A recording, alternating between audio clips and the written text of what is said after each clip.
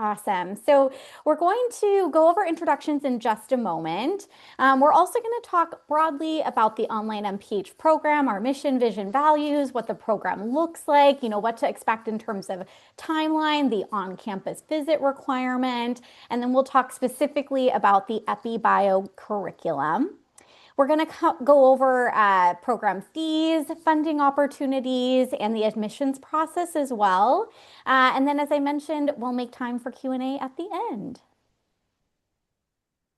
Great. So my name is Elise Rudolph. I use she, her pronouns. I'm the Director of Online Recruitment and Admissions, and I'm joined by my wonderful colleague, Stephanie Nguyen. Would you like to introduce yourself? Thank you so much. Welcome, everyone. I'm excited to have you on the call today. I support Elise with the admissions and recruitment process. So if you have any questions about the program or would like to speak with me to discuss your personal application, I am here. I will leave my contact at the end. And without further ado, I cannot wait to introduce our guest. I'm going to pass this back to Elise. Wonderful. So, one of our guests of honor today is Dr. Corinne Riddell, who is the faculty lead for our epidemiology and biostatistics concentration. Corinne's research interests include racial and ethnic health inequalities, social epidemiology, perinatal and pediatric epidemiology, data visualization, health variation across US states, and of course, Dr. Riddell also teaches a variety of EpiBio courses here on campus. You can see those courses listed below. Thank you so much for joining us today, Corinne. Thanks for having me. Yeah, I'm looking forward to chatting with you all. Awesome. And our second guest that we would like to introduce is Dr. John Rodrigo. Dr. Rodrigo is actually an alumni of our program who graduated in our 2023 cohort. And Dr. Rodrigo earned his MPH in epidemiology and biostatistics, which is why he's here today to share a little bit more about his experience in the program. And he graduated through the UMF program in the summer of 2023. Before that, he completed medical school in Europe and trained as a pathology resident at UC Davis Health. He now works as a research specialist with UC Davis's Health Pathology Clinical Trials team. And he plans to return to clinical medicine, applying his MPH training to patient care and system improvement. And we're really excited that this cycle, John is also one of our ambassadors for the program. And so he's a great resource as you explore our program and the application process as well. So welcome, John. Hi, guys. Looking forward to your questions as well. Awesome. So we're going to talk a little bit about who we are at the School of Public Health and specifically within our online MPH program. So our mission is healthy people locally and globally. And what I like to share here is really that the School of Public Health here at UC Berkeley offers the MPH program in an online modality because we really believe in extending Berkeley's reach and improving population health nationwide and globally. So we want to ensure that folks have access to this top-notch UC Berkeley education, regardless of where they're located. We don't believe that everyone should have to relocate to the Bay Area to get this high-quality education. We also really believe that you are making an impact in the communities that you're already rooted in and part of. And we also really believe that working professionals or folks who have other responsibilities outside of school, caregiving responsibilities, things like that should also have access to this high quality MPH training as well. So, this is really a flexible degree program. It's designed for working professionals. It's designed for you to be implementing this education while you're working, in your communities, within your networks. And making that public health impact in real time.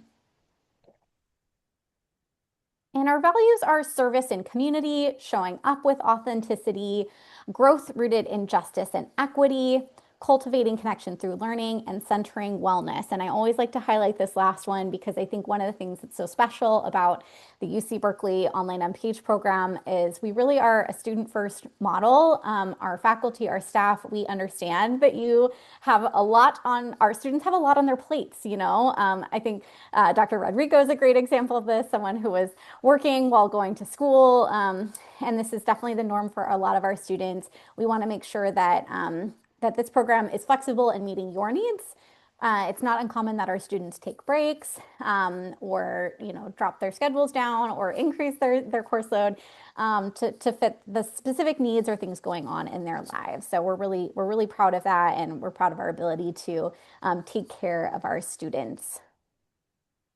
And I'll hand it back over to Stephanie to kind of get into some of the details about our program. Thank you so much.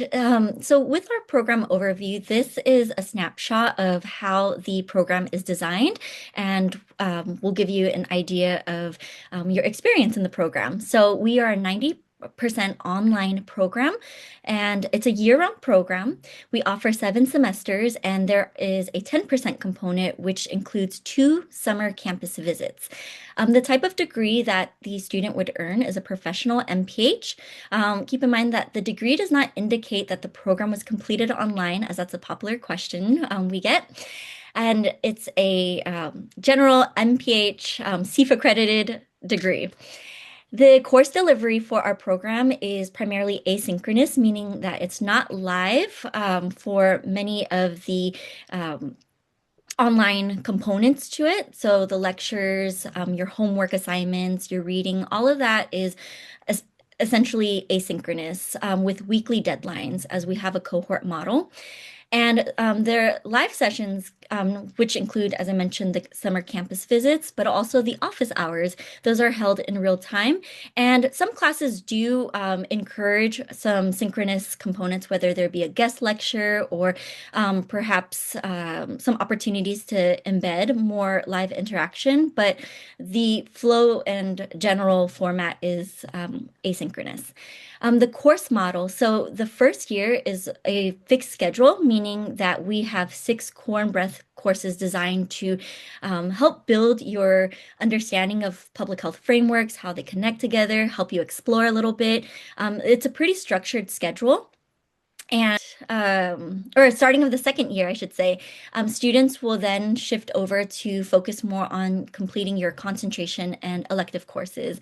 And we do have some sample curriculums later on in the slides. So within student services support, we are a team of staff and faculty ambassadors. We're all here encouraging you and championing you throughout your journey. So you would be paired with a program manager to help you with the logistics and keeping you on track with your milestones. And you'll also have faculty support, such as Dr. Riddell, for academic and mentorship support and so forth. So it's a very engaging environment. The program duration and average time commitment, as I mentioned, is year-round. We are a 27-month part-time program. So essentially, you're taking 2 classes a semester. The average time commitment that you'll spend is about 15 to 17 hours weekly. And the average units enrolled per semester are 6 units, which totals out to 2 courses each semester. The units required to graduate is a minimum of 42 units. And the capstone in our program is a comprehensive exam. So it's an open book, and we will prep you for this exciting time. And with that said, I will kick into the next slide. Great. Thank you, Stephanie. So one of the things that we consider a highlight of our program is that we actually have 2 summer visits as part of this program. So even though we're an online program, we describe ourselves as Stephanie mentioned, as 90% online. And that's because we have these 2 exciting summer visits that are built into the program. Essentially, what we do is over the course of your 27 months, we bring everyone, all of the online students to campus twice, once in your first year and once in your second year. Those visits usually last around 5 to 7 days. They take place here at UC Berkeley's campus, and we describe it as like a conference style experience in that we bring in guest speakers, our faculty will lecture in person, we build in professional development workshops. We include some networking events, some social events, and it's really overall a great time. It's also your opportunity to meet your faculty in person, to meet all of your cohort members in person. We hear time and again that this is the highlight of the program experience for our students. And it's just really a wonderful time to make those connections, build a sense of community. In the second summer visit, we often have students who are like renting Airbnbs together. It's really, I think, foundational to some of the lasting relationships that are formed in this program. And Dr. Rodrigo, I wanted to ask you if you have any summer visit highlights that you would want to share from your experience in the program. Sure thing, Elise. So, I went to school during the pandemic. The first year we did it at the convenience of our home. So the second year, however, it was amazing because you've been in class with majority of these people over a year and a half, and you're finally getting to see them in person. So there was a lot of hugs. They have all kinds of activities, like Elise said. I got to meet Stephanie face to face. That was a big deal. And you get to do all kinds of things. Like, I'm not going to give it away, but there was like a scavenger hunt that we did. You get to meet your teachers, your instructors, your uh, classmates. The campus is beautiful. And you're going to get lunch and you're socializing with them. It's completely different than online. So those are just a few of the things. I don't want to give too much away. Awesome. Thank you so much. And now I'm going to hand it back to Stephanie and Corinne to talk a little bit more about the FE bio curriculum specifically. Sure. Do you want me to take that off? Yeah. Okay. All right. Awesome. So I wanted to tell you a little bit about what your schedule might look like. And so the way this slide is arranged is the first like blue row is your year one, and then followed by year two in that yellow color, and then that final seventh semester at the very bottom. So as Stephanie mentioned, you can see that the first year, those are your core and breadth courses that are shown in black font.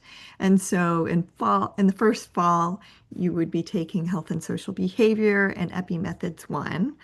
And so again, these are classes that anybody in the online MPH program will take. Everyone will be in the same classes then. In the spring is Introduction to Environmental Health Sciences and Intro to Probability and Statistics.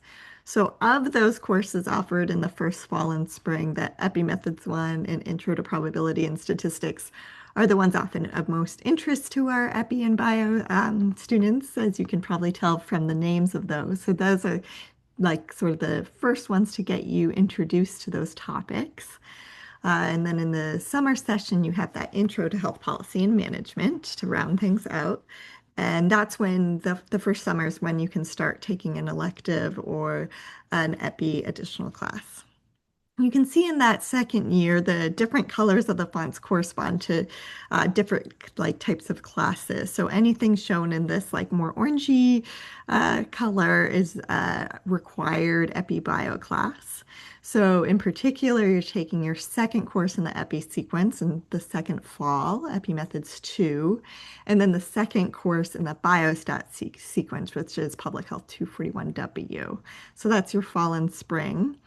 And those are paired with, those are both 4-unit classes, and they're paired with a smaller 2-unit class. So an example is R for public health. This R for public health is R is like a statistical programming language that epidemiologists and biostatisticians often use to do their data analysis. And so R for public health is taught by two individuals from local public health departments, one at Santa Clara, where San Jose is in Santa Clara County, and so they're bringing like what are they using R for in their everyday public health surveillance work. And another course that's required is our implementation science applied case studies.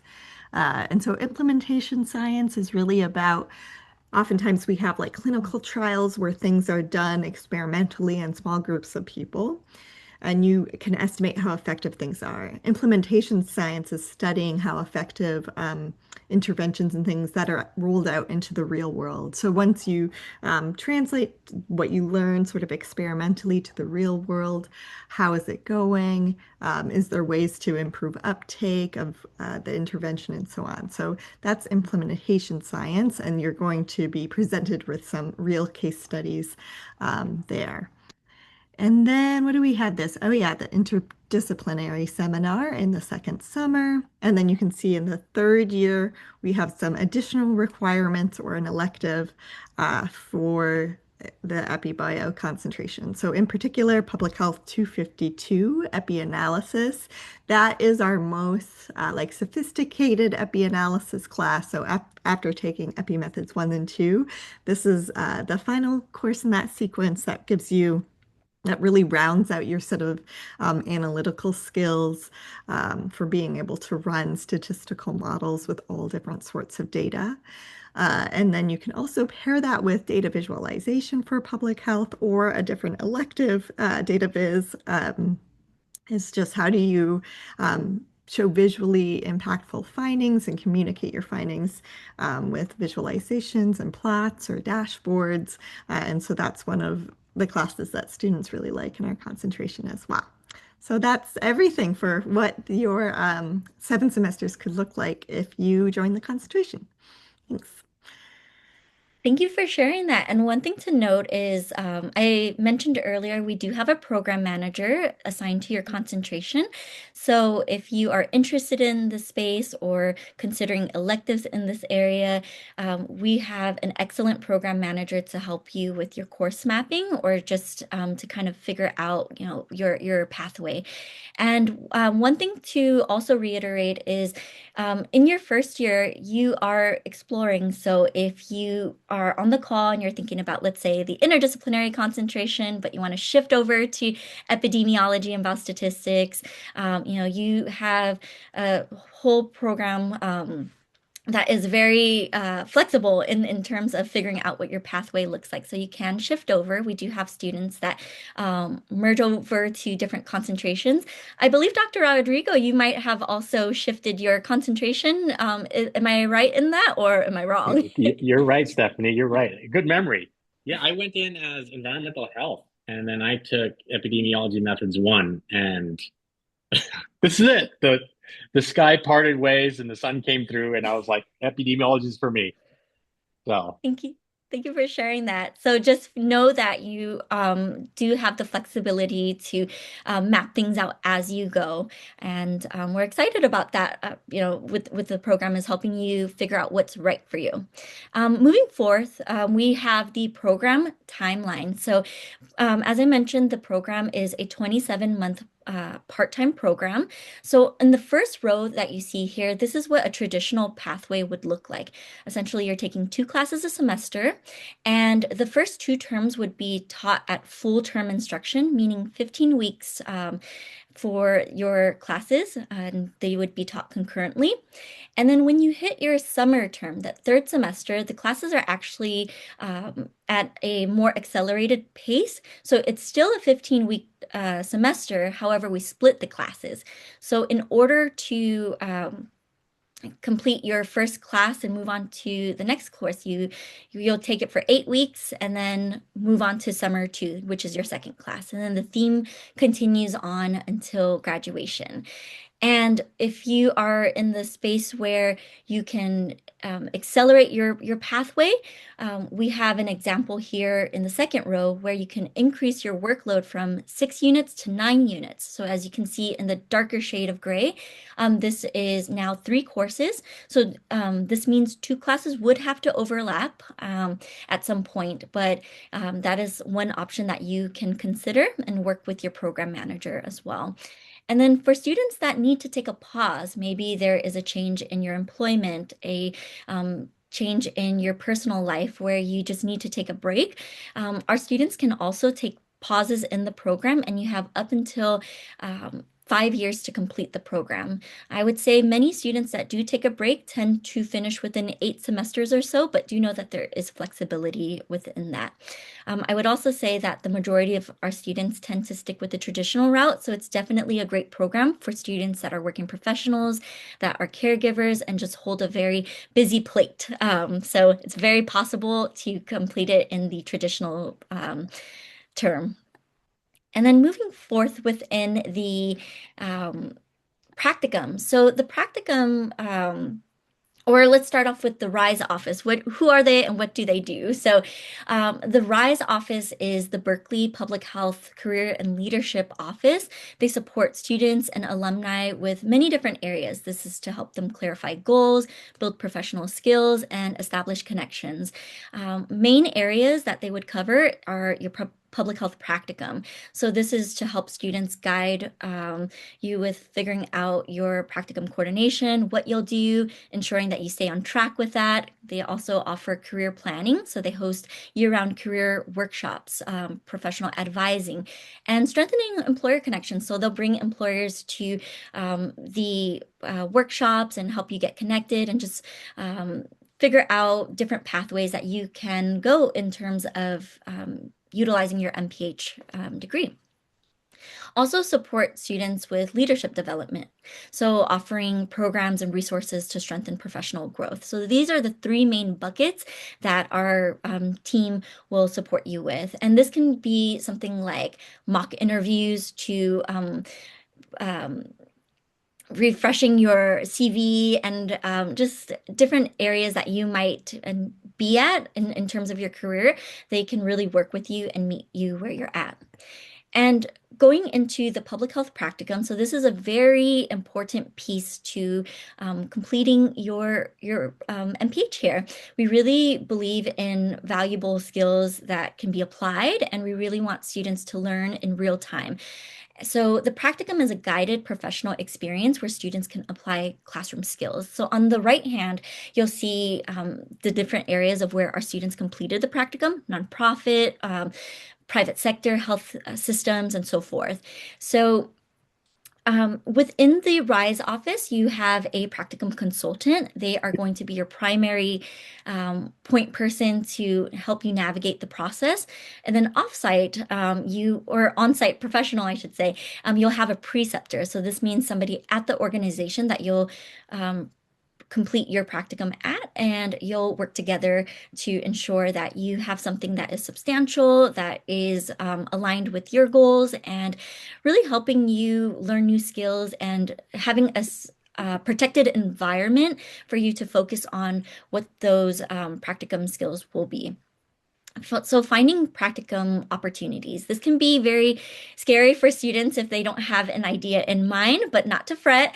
Our students actually have a system called Flex, and it's an online platform that not only houses job opportunities, but this is a space where a lot of preceptors will actually upload opportunities for the practicum as well. So you can apply directly there. It's a very easy, seamless process there. And we use that as our main engine for placement. The last bit here is time commitment, duration, and location. So the practicum generally is a minimum of 130 hours. The other bit to this is it's usually about 3 to 4 months of completion. So the location in itself can be hybrid, in person, or remote. And With that said, I'd like to just shift over to Dr. Rodrigo. If you have any memory of your practicum, can you share a little bit about what you did? Sure, Stephanie. So I have access to a lot of our pathology department. So that entails a lot of cancers.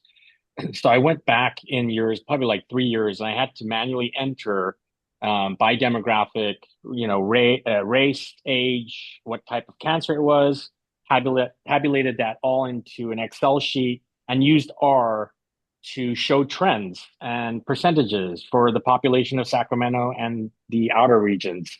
And so that was very helpful because I had no idea to do that. And the MPH helped me do that, organize data so we can see, hey, what's going on in terms of pathology and cancers. Thank you. Thank you for that. And, this is one of many examples that you can do. There's so many pathways, and it's an exciting part to explore and take what you're learning in the classroom and apply it into something that you've been itching to do or hadn't thought about. It's a really good opportunity to explore. And I also see a hand raise. Would you like to share your question? Sure, thank you so much. I was just looking at the requirement and the number of hours, and I was wondering if that is on top of the 15 to 17 hour a week estimate, because it would come out to like over 4 months. I think it comes out to like 8 hours a week or something like that for 130 hours. Yeah. So that's on top of the 15 to 17 for like the coursework of the Yes. program. Okay. Correct. And I would say it varies from student to student. Dr. Rodrigo, do you recall how you navigated the practicum in terms of hours by any chance? Yes, you definitely can fit it in. And you don't have to do it. You can do it the way you feel like. If you have availability, you can fit it in there. Some weeks were less than others, so I was able to complete a lot more.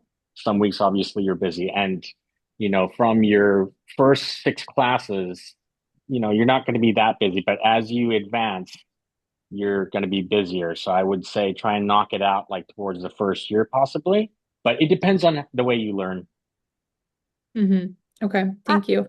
If I Yeah. may, I also want to add that 3 to 4 months is an average duration. So, there's not a requirement that you have to complete it in 4 months. And, you are welcome to take longer, stretch that out as needed. Again, we've mentioned this before, but really our goal is to make this program work for you. So if you're feeling like it's not doable to make, to take the full course load and be working and doing your practicum hours in the same term.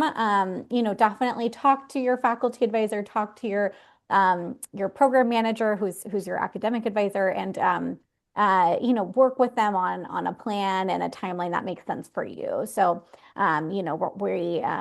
we understand that our students have a lot on their plate, and yeah, the goal is that this is useful and beneficial to you, and not like drowning you. Thank you. Yeah. All right, so I'm going to talk a little bit about cost of attendance. Currently, our program fee is $1,629 per enrolled unit. This is a 42 unit program in total. The majority of our students are taking 6 units per semester, so you can kind of work that out to understand what your semester tuition fee would be. There's also a few additional fees that our students pay. So one of them is the Berkeley campus fee, and a lot of a lot of folks ask if this is an online program, why is there a campus fee? And really, what we say is you are first and foremost a UC Berkeley student if you join this program. So you have access to tons of resources that all UC Berkeley students have access to, regardless of your modality. So things like library services, counseling services, even working with our financial aid office, like any sort of central campus unit that our students engage with. That's what this campus fee goes toward. There's something called the student health insurance plan.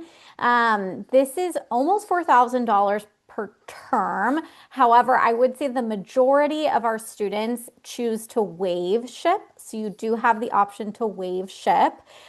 Essentially, you just have to show that you have equivalent health insurance either through your employer or another means. So if you do have health insurance, like through your employer, for instance, you can waive this. There's a document management fee, an instructional resilience and enhancement fee. These go toward ensuring that we're continually updating the online modules, making sure all the information is current, accessible, that we're giving you a top-notch online experience. And that brings the total cost of our program to around $75,000 if you choose to waive ship, which again, most folks do. And there's a variety of ways that our students pay for the degree. So the first option, of course, is being partially or fully self-funded. One of the benefits, again, of our program is that you can work full-time while you're going to school. I always like to share that, you know, there's an opportunity cost to going to a full-time on-campus program because you're missing out on earning income during that time. So, you know, one of the really nice things is you can be employed, and many of our students are able to use their employment income to either partially or fully self-fund the program. If you are going that self-funded option, there is a fee payment plan option available that can help make that a little bit easier by breaking the tuition fees down into 5 monthly installments. We encourage everyone to complete FAFSA, even if you aren't sure if you want to use federal financial aid. It's just good to see what you're eligible for. I do encourage everyone, if you're considering using federal student aid, to check out some of the recent changes to federal loan limits, and just make sure that you're understanding that as well. If you do choose to use federal student aid, some students have the option to convert some of their student loans into work study, and there are work study jobs available that are remote or hybrid if that's something of interest to you. Some of our students have also successfully gone through public service loan forgiveness programs. This is also something that is sort of ever changing, so we encourage folks to check this out. But a number of our students who work for government agencies or nonprofit agencies have successfully gone through public service loan forgiveness.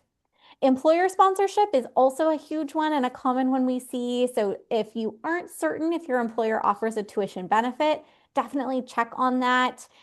We've even had some students successfully request employer sponsorship, even if it wasn't a written in benefit that they had.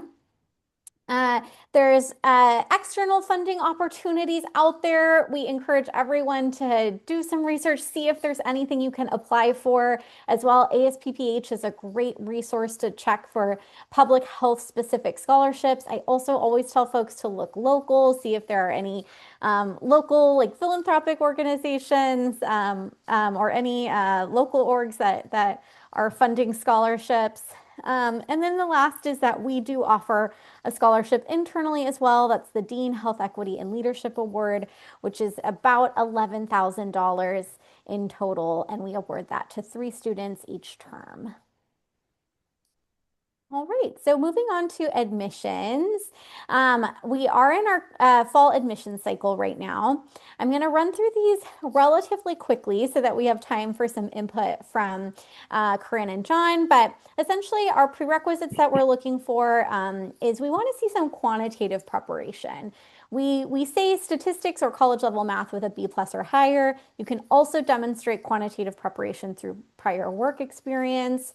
But essentially what we want to ensure is that you're set up for success in your quant courses that you take in your first year. So epidemiological methods being one of those classes, we want to ensure that you're set up for success, and having passed stats or college level math is a huge indicator of that. So that's one of the things we're going to look for in the application process.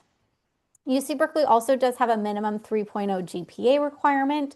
If you haven't met that, it doesn't mean you should rule yourself out. What I would encourage in that case is just meet with Stephanie or myself. We can talk through how to put your best foot forward.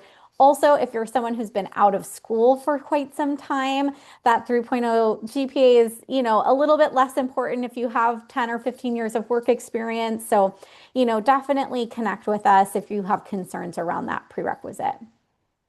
In addition, we are looking for two essays, your statement of purpose and personal history statement. They are two separate and distinct essays, so definitely check out the prompts for those.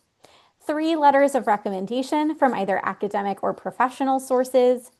We need to see transcripts from every institution you've attended. So community college, if you transferred schools, we need transcripts from all of those institutions.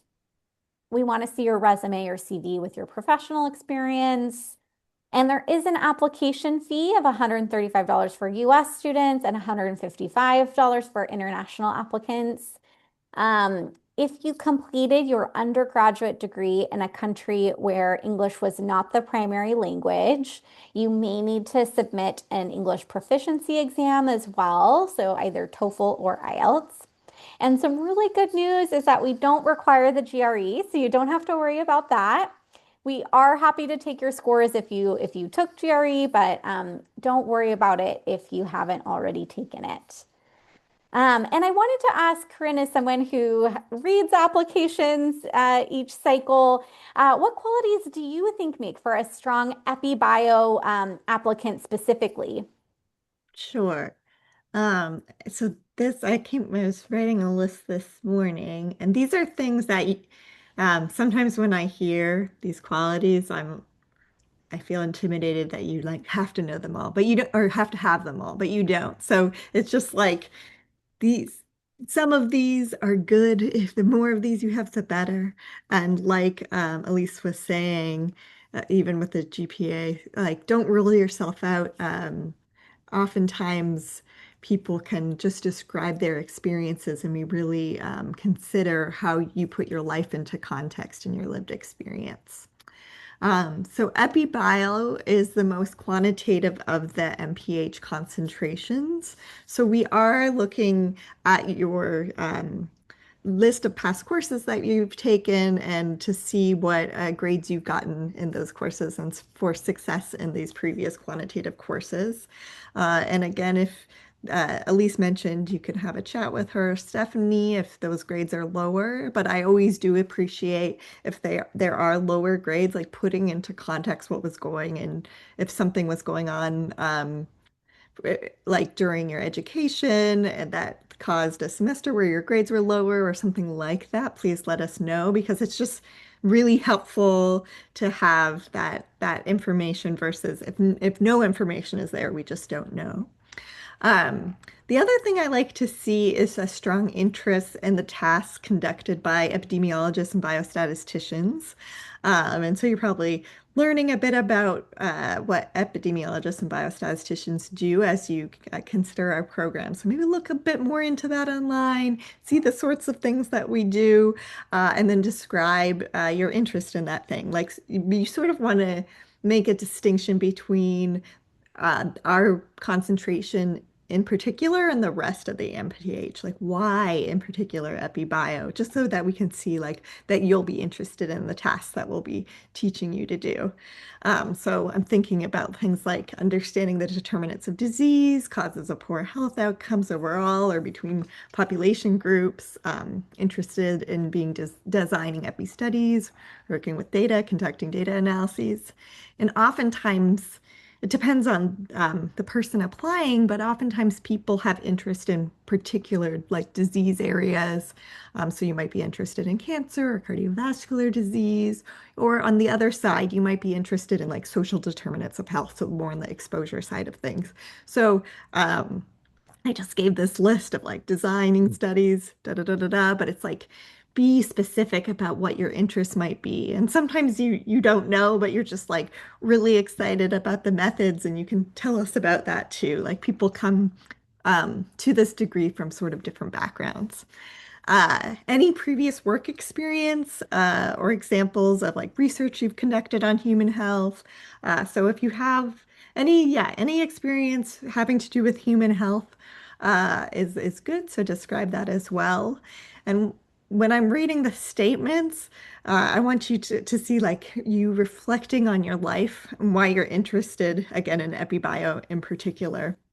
So, what is it about your personal story that makes this degree interesting and important to you? And you can really, I think, as like a reader of these things, I feel like I get a sense of like, oh, this is like a real true story that someone is telling versus like, I don't know, something that could be written by anyone. And so you can like see those little details of their life and feel that connection with the applicant and really it stands out that this is something they really want to do.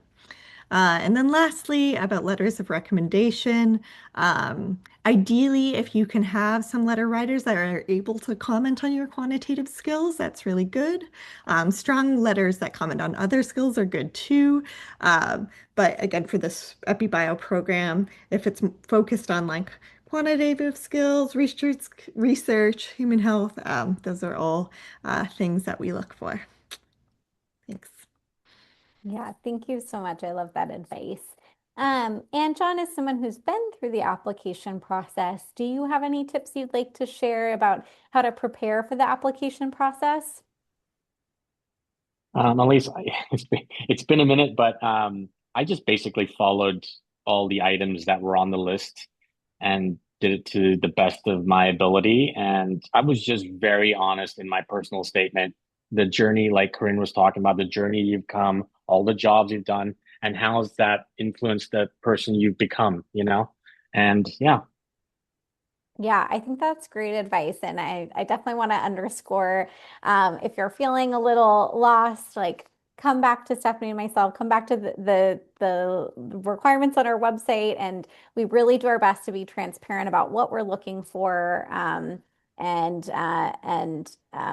you know, it's really like the things you're seeing on this screen. I also want to highlight something Corinne said, which is that we do holistic review here at UC Berkeley. So there's not one of these requirements that we're weighting more heavily than the others. As Corinne said, we're doing our best to kind of see the full picture, your story, your journey, and put your academics into the context of your lived experiences, and so on and so forth. So, you know, we really want to see as much of you and who you authentically are in your application as possible. All right, so as I mentioned, we are currently accepting applications for our fall 2026 cohort. We have a priority deadline of January 5th. I highly encourage you to aim for that deadline.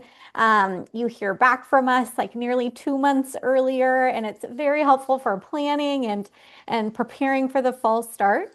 But if that's too soon, you do have until March 2nd to apply. If you're just sort of beginning your research and you're not ready to apply for fall, we also accept students in the spring term. That application deadline is August 2nd. Or yes, August 2nd. Great. And so that sort of concludes our formal presentation. This is our contact information. The online.mph@berkeley.edu email address gets you in touch with Stephanie and myself. Again, we want to help. We want to be a resource to you. So contact us with any questions. Stephanie also does one-on-one advising. She's amazing. If you haven't met with her yet, I highly recommend it. And we have a few upcoming information sessions if you're wanting to learn more about our other concentrations. Uh, we can go ahead and stop the recording and then we'll open things up for Q&A.